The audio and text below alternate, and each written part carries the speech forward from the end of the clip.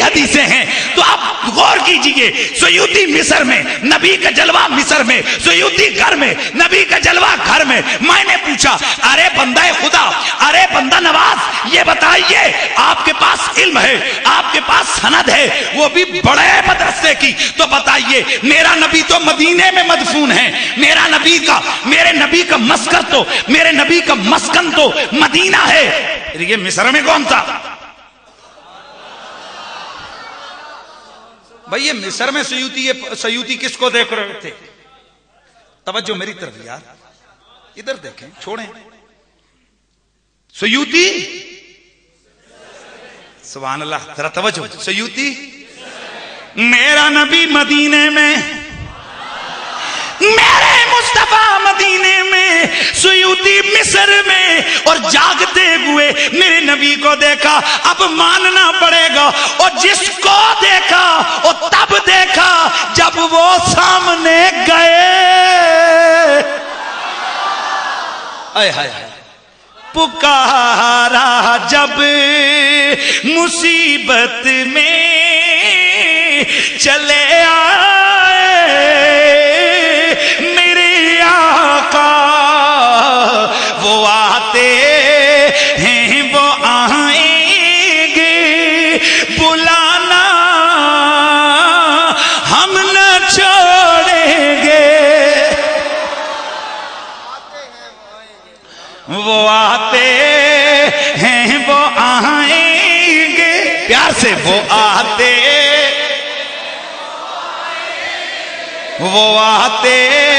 ہیں وہ آئیں گے، بلانا ہم نہ چھوڑیں گے، یہ نعرہ یا رسول اللہ لگانا۔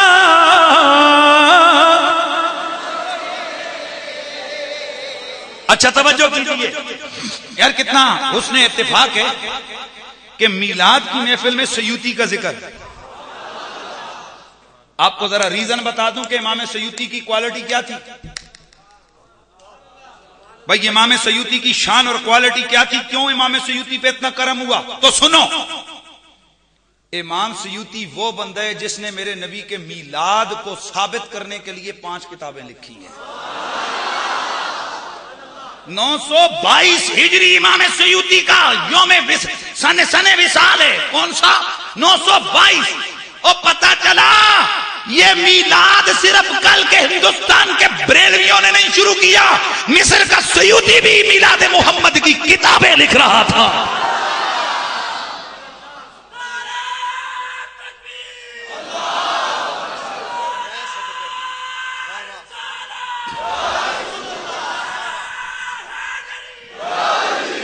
امام سیوطی کی الحاوی للفتاوی کو اٹھائیے، امام سیوطی نے میرے رسول کے میلاد کو، میرے نبی کے میلاد کو قرآن و سنت سے ثابت کر کے دلیلیں ذکر کی ہیں۔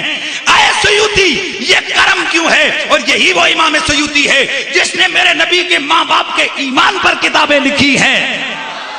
یہی امام سیوطی ہے جس نے میرے نبی کو حاضر و ناظر قرار دیا ہے۔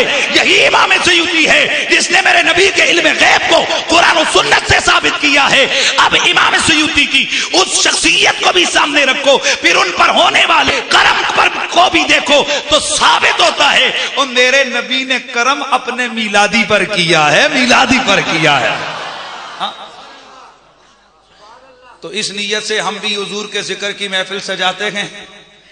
اللہ کرے اس ذکر کی برکتوں سے اللہ تعالی ہمیں بھی سرکار کی، سرکار کا کرم ہم پر بھی ہو جائے۔ تو پھر ہم کیوں نہ کہیں کہ جو گواتا چھوڑ دیں گے ہم جہاں کی محفلیں ساری، جہاں کی محفلیں ساری، مگر میلاد کی محفل، مگر میلاد کی محفل سجانا یہ نعرہ پیار سے یہ نعرہ لگانا ہے، یہ نعرہ یا امام سیوطی جس پر میرے رسول نے اتنا فضل و کرم فرمایا ہے، یہی امام فرماتے گے لوگوں اللہ نے کائنات کے اندر سب سے سونا حسنین کے نانا کو پیدا کیا ہے۔ کس کو پیدا کیا؟ حسنین کے نانا زہرا کے بابا کو۔ توجہ یار، حسنین کے نانا زہرا کے بابا کو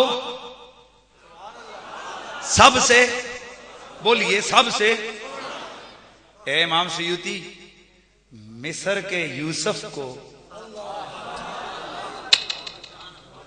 ہر نبی کے قدموں کی خاک ہماری آنکھ کا سرما، میرے سید میرے مرشد حضور قبلہ آقائی پیر قبلہ سید حسین الدین شاہ صاحب آپ فرمایا کرتے ہیں کہ ہر نبی کا نام بڑے پیار اور احترام سے لیا کر، چونکہ ہم لوگ تو وہ ہیں کہ جو نبی تو نبی ہے، ہر ولی ولی بھی ولی ہے، وہ جس قبر میں ہو، قبر تو قبر ہے، قبر پر پڑی ہوئی چادر چادر تو چادر ہے، چادر پر پڑے ہوئے پتھر کو بھی ہم اٹھا کر چومتے ہیں۔ ہاں ہم تو اتنے عقیدتوں والے لوگ ہیں، اور میرا ایک ہی دعوت ہے کہ اگر دنیا سے بے ادبی اور بدتمیزی کو کوئی ختم کرنا چاہتا ہے تو اس کا آسان طریقہ ہے مسلک اہل سنت، مسلک اولیاء اور صوفیاء کو فروغ دو، بے ادبی خود ختم ہو جائے گی۔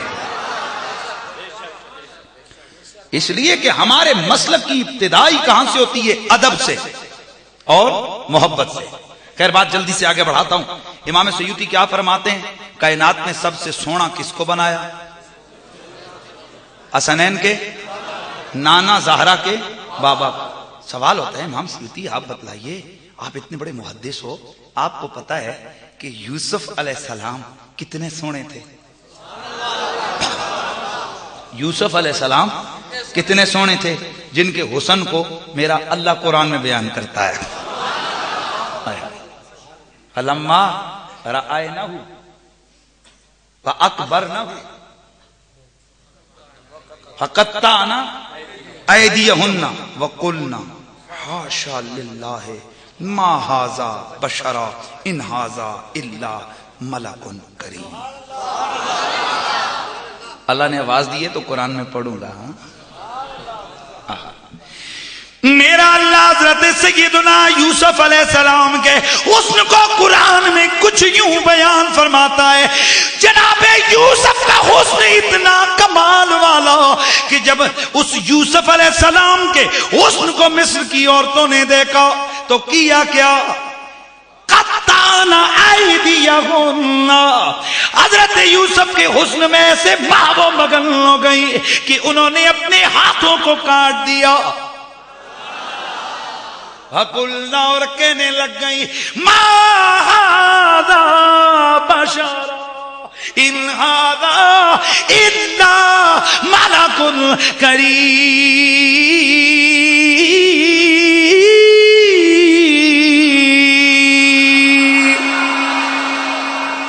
عورتیں کہنے لگی کہ یہ انسان نہیں ہے، یہ تو کوئی پیارا عزت والا فرشتہ ہے۔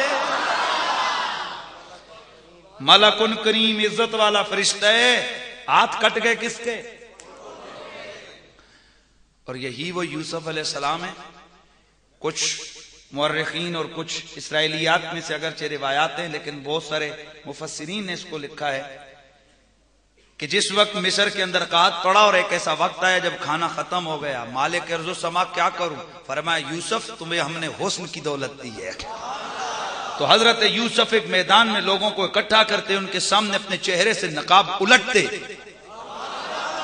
اپنے چہرے سے نقاب الٹتے تو لوگ محو مگن ہو جاتے حسن یوسف میں، بھوک مٹ جاتی، صبح سے شام تک گزارا ہوتا، صبح بھی دیدار ہے شام بھی دیدار ہے، یوں قوم کا سلسلہ چلتا رہا۔ اللہ اکبر۔ یہ